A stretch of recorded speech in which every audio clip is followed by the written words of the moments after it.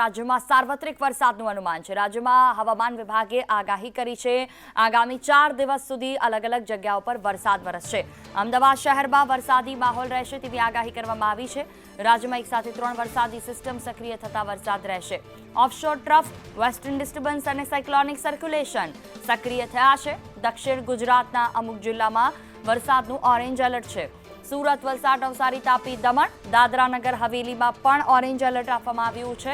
અમદાવાદ, ગાંધીનગર, વડોદરા સહિત મધ્ય ગુજરાતમાં ગાજવીજ સાથે વરસાદનું યલો એલર્ટ અપાયું। આણંદ, વડોદરા, ભરૂચ, પંચમહાલ, દાહોદ, છોટાઉદેપુર, નર્મદા, તાપી, ડાંગ, બોટાદ, ભાવનગર, અમરેલી, ગીર સોમનાથમાં પણ આજે યલો એલર્ટ આપવામાં આવ્યું છે। સાથે ભારે વરસાદની આગાહી પણ કરવામાં આવી છે। આગામી 5 દિવસ માછીમારોને દરિયો ન ખેડવા માટે પણ સૂચના આપવામાં આવી। પવન અને ગાજવીજ સાથે ઉત્તર ગુજરાતમાં પણ વરસાદ રહેશે।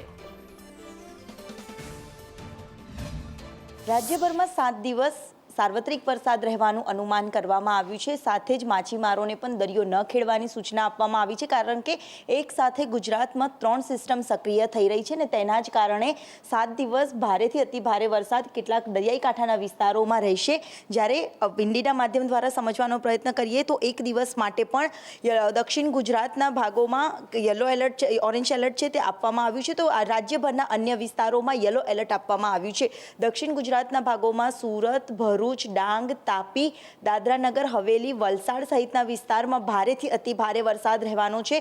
તો દક્ષિણ ગુજરાતની સાથે સૌરાષ્ટ્રમાં પણ જૂનાગઢ, ગોંડલ, અમરેલી, જસદણ, રાજકોટ, ચોટીલા, બોટાદ, ભાવનગર, મહુવા સહિતના તમામ વિસ્તારમાં અતિ ભારે વરસાદ રહી શકે છે। તો ગાજવીજ સાથે પણ વરસાદ રહેવાનું અનુમાન કરવામાં આવ્યું છે। તો દરિયાઈ કાંઠાના વિસ્તારમાં 20 થી 30 કિલોમીટરની ઝડપે પવન ફૂંકાવાની પણ શક્યતા છે। બીજી તરફ મધ્ય ગુજરાતમાં પણ છૂટો છવાયો વરસાદ રહી શકે છે। તો કેટલાક વિસ્તારમાં ગાજવીજ સાથે વરસાદ પડી શકે છે। જિલ્લાઓમાં સૌથી વધુ તેની અસર છે તે નડિયાદ, ખેડા વિસ્તાર, આણંદમાં પણ જોવા મળી શકે છે।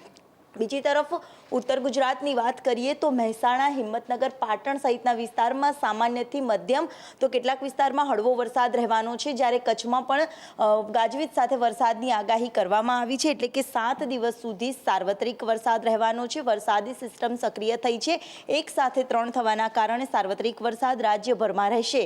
કેમેરામેન મનીષ વાણિયા સાથે દિવ્યા ચૌહાણ, સંદેશ ન્યૂઝ, અમદાવાદ।